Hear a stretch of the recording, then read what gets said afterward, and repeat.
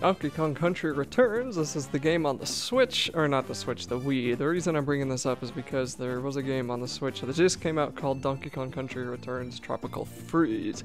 So I decided, hey, why not do both of them? I really like these games. They are a ton of fun, but they're ridiculously difficult. If you're used to easy platformers, then you're gonna have a hard time with Donkey Kong, so... yeah, but I've been playing these for a little while now, so hopefully I'm semi-decent at them. Hopefully I don't die too many times. Anyway, let's watch this cutscene and then I'll talk a little bit more about Donkey Kong.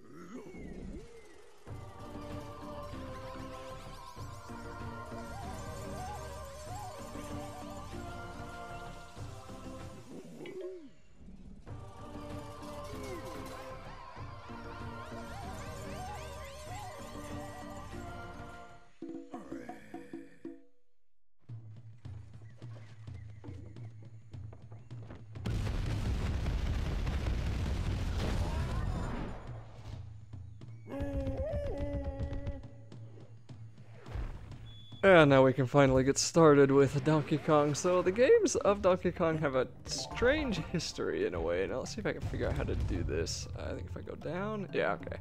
So if I go down and then move, there we go, we can get some of these coins. Anyway, what are the rolling controls here? I think, oh, you have to shake the controller to roll. I forgot about that. Okay, so there we go. Anyway, these games were on the, what is it called? The 64 as Donkey Kong 64, but I don't think that one was ever really very well received as far as a Donkey Kong game goes. The ones that people really liked were Donkey Kong Country, and those ones, I had one when I was littler on the Game Boy Color or the Game Boy Advanced, one of those two, I can't remember. It's one of the remakes, and I didn't like it that much because it was hard back then, but after going back and actually playing through those in recent times, those aren't nearly as hard, I don't think, as this game is. I don't know what the heck possessed them over at who made this game. Did Rare make this game? I don't know if Rare made this game, but whoever made this game, I don't know what possessed them to make Donkey Kong Country Returns such a difficult game. Now, when I say difficult, I mean mostly it's like learning the controls. As soon as you get those figured out, holy cow, they're just plastering us with puzzle pieces in this level. Anyway, once you figure out those controls of Donkey Kong, then it's not really so bad. He's a little bit wonky though, because if you're used to playing like Super Mario or even something like Super Meat Boy, this guy's got a lot more momentum that you have to deal with, and he's a lot harder to control in the middle of the air, and enemies like that, we'll see that happen a lot, where I just get hit out of nowhere by enemies that I mean, that wasn't really out of nowhere, but I still feel like that was a little bit unnecessary. But this game's gonna get worse as it goes on. It's not too bad right now, and there's going to be a couple of things we'll be running into. So as we saw, puzzle pieces, which aren't actually necessary. They're really just like a collector's dream, just because they give you, I don't know what they give you in this game, but they give you some kind of collectible And the things that count toward 100% in Donkey Kong Country Returns are the Kong letters, which we'll be finding right over here. And to get this one, I believe I'm gonna need to roll and then jump. So let's do that. Yep, nope, dang it, I died. Okay. So the cool thing, I'm all the way back at the beginning. This is the first level. The puzzle pieces stay, but the Kong letters do not, so I don't gotta get all those puzzle pieces again, so I won't worry too much about those. Let's come up there and we'll just get that letter, and then we'll just kind of rush ahead. If that dumb frog hadn't hit me, we would have been fine. Almost got hit there. That's okay. So the way this playthrough is going to work is I'm going to play it so-called live, meaning that I'm going to keep in all of my deaths and all of my mistakes. But that being said, if I do fail, okay, you stupid frog. If I do fail like too many times, dang it, jeez. If I fail too many times somewhere, then I will just kind of get rid of it and edit that out, so we don't have to worry about that. Okay, I'm going to grab this checkpoint. Then I'm going to get the O. Maybe, there we go. And heart, nope, not nice enough for that. Kind of funny that I died this early on. I was hoping to do the first set of levels without any major difficulties, but that's not gonna happen. Okay, I'm glad they got rid of that breath thing in the Switch one, which was also released on the Wii U. So let's talk a little bit more about Donkey Kong Country Returns also. They released this originally on the Switch, or sorry, on the Wii. That's why the quality looks horrible.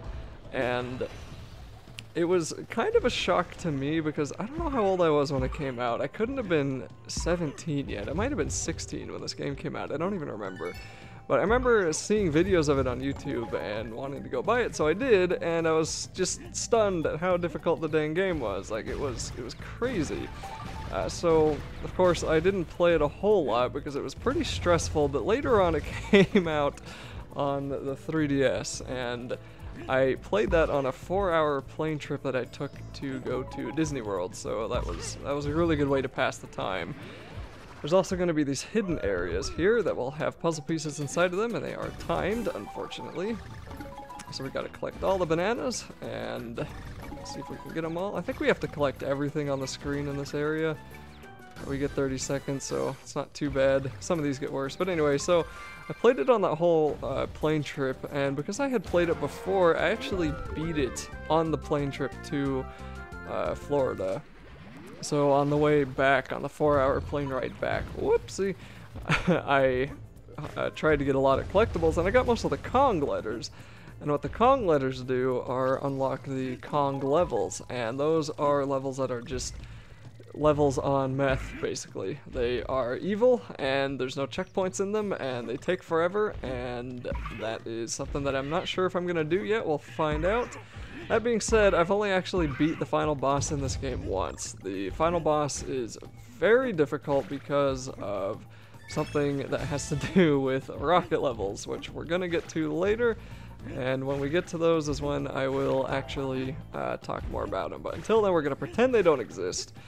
So anyway, Tropical Freeze was the next Donkey Kong game, and that came out on the Switch. And as we all know, let's see if I can get under here really quick. As we all know, the Switch didn't do too well, so I did miss one puzzle piece. Oh well.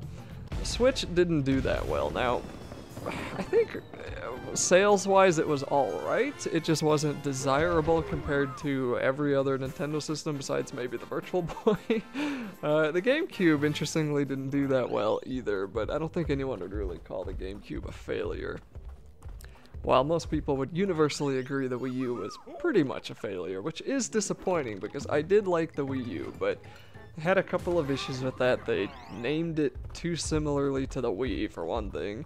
A lot of people that I knew personally thought it was a new controller for the Wii. They had no idea it was a new console, and by the time Nintendo got around to actually advertising that, it was a little bit too late. The Xbox One was coming out, PlayStation 4 was coming out, and Xbox, of course, had their whole online-only debacle, which I think is what hurt them the most when they tried to make it to where you had to have the Xbox was supposed to check into the internet once every 24 hours. And then there were some rumors with the Xbox One originally that you weren't supposed to, that you weren't able to share your games. That if you bought a game, it would be tied to your account permanently, and that really just gave PlayStation a heyday with marketing. So I think that's really what screwed up the Xbox. I feel like PlayStation 4 would not be doing nearly as well if Xbox, or if Microsoft hadn't been stupid and done all of that. Anyway, moving on back to Donkey Kong. So on the Wii U, Donkey Kong Country Returns Tropical Freeze came out, and it was a little bit easier than this game for a couple of reasons. Number one, they are a little bit nicer with the rocket and the minecart levels. Number two, there's only 6 worlds. I believe there's 8 worlds in this. I really hope there are, because otherwise that won't be, whoops, that won't be a difficulty setting. I believe there's 8 worlds in this. So this game is a little bit longer and a little bit harsher, but I don't remember. It's been a while, so maybe there's only 6. I don't know. But anyway, yeah, there's only 6 worlds in Tropical Freeze. Now, when they released this game, the one that I'm currently playing, not Tropical Freeze, when they released this one on the Switch, or sorry, on the 3DS, I know this gets a little bit confusing, but when they released it on the 3DS, they, what do I do here? What? Oh. I'm gonna roll into them. Okay. And when they released it on the 3DS, they added a sort of easy mode, which just allowed you to have, I think, 1 extra heart, and just did a bunch of other stuff that made the game a little bit more casual. Do I want to go in that yet? I don't think so. Let's go here. And which is why I'm playing this on the. Do I want to go up there? I think I do. Anyway, that's why I'm playing this on the Wii and not like an emulator or something. Although I don't even know if there's 3DS emulators yet. But anyway, that's just because I wanted to show off the original difficulty of the Wii version. So Tropical Freeze on the Switch was hard, don't get me wrong. It's a very punishing game, but not nearly as hard as this one. And then they released it on the Switch because that's what they're doing with a bunch of their games. They did that with Mario Kart, they did that with, well, Tropical Freeze now. I can't get this last banana bunch, there we go. And on the Switch version, they also added a super easy mode with Funky Kong, where you get like 5 hearts, and they make it really easy to jump off of characters. Now that's not to say that this game is devoid of its easy mode. If there's a level that you can't finish after a certain amount of deaths, then Golden or White Donkey Kong, Invincible Donkey Kong will come up, and the game will actually play the level for you. So it will do it for you if you desire, but you can't actually, oh, that's gonna hurt. Yep, you can't, it's not gonna count as completing the level. Sorry, I'm trying to focus and talk about stuff here, so it's a little bit taxing at first, but anyway, I'll get better at it. So, it'll let you continue on in the game, but that level will remain red until you finish it yourself, which I think is a fair trade, but I don't know. Games bug me when they do that. Like with Mario, when they started throwing that in with the Golden Tanuki or the Invincible Tanuki suit, I'm just like, stop patronizing me here. I don't need help with this level. I'm just dying because I'm trying to get the collectible. Or in the case of Crash Bandicoot, if you're on a level where you're falling off a bunch of pathways, you know, you're falling into a bunch of pitfalls, and then it gives you a tiki, which lets Crash take an extra hit. You're like, oh gee, that's helpful when I'm falling off of this bridge all the time. That'll really help me. And then you just feel like the game's insulting you, like, ha ha ha ha, you're really horrible at this. Here, have some help. Yeah, it's just, it's not, it's annoying, but anyway, so if I do die a bunch of times, this game's definitely gonna throw that option at me. And I'm gonna say no every single time. I shouldn't really, whoopsie, I shouldn't die too many times. Most of these levels I do remember, but I'm sure it'll change as we get later on into the game, because I really don't remember the last part of the game. Because interestingly, I did play Tropical Freeze when it came out on the Wii U. In fact, I own it on the Wii U, and I might play that on the Wii U since I already have the Wii U hooked up to record, and I won't have to switch it over to the Switch. But I don't know, the Switch runs a little bit smoother, and it's way more convenient, but I don't know, I don't really want to. I'll figure that out when the time comes. So anyway, I played it on the Wii U and for Tropical Freeze, and I didn't remember a dang thing about it when I played it on the Switch. I remembered all the bosses, which is another topic I'll get to once we get to a boss.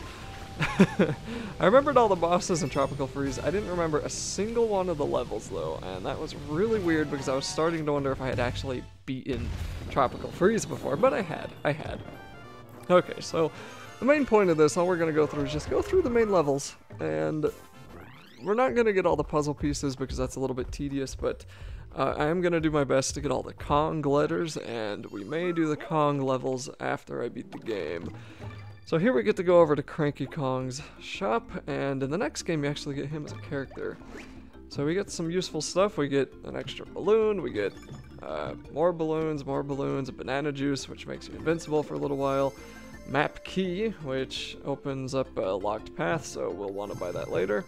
This guy is useful. Squawks helps you find puzzle pieces, and interestingly, they made him a lot cheaper in the Wii U version. Yeah, in Tropical Freeze. I'll stop referring to them as the Wii or the 3DS version. I'll just say Tropical Freeze.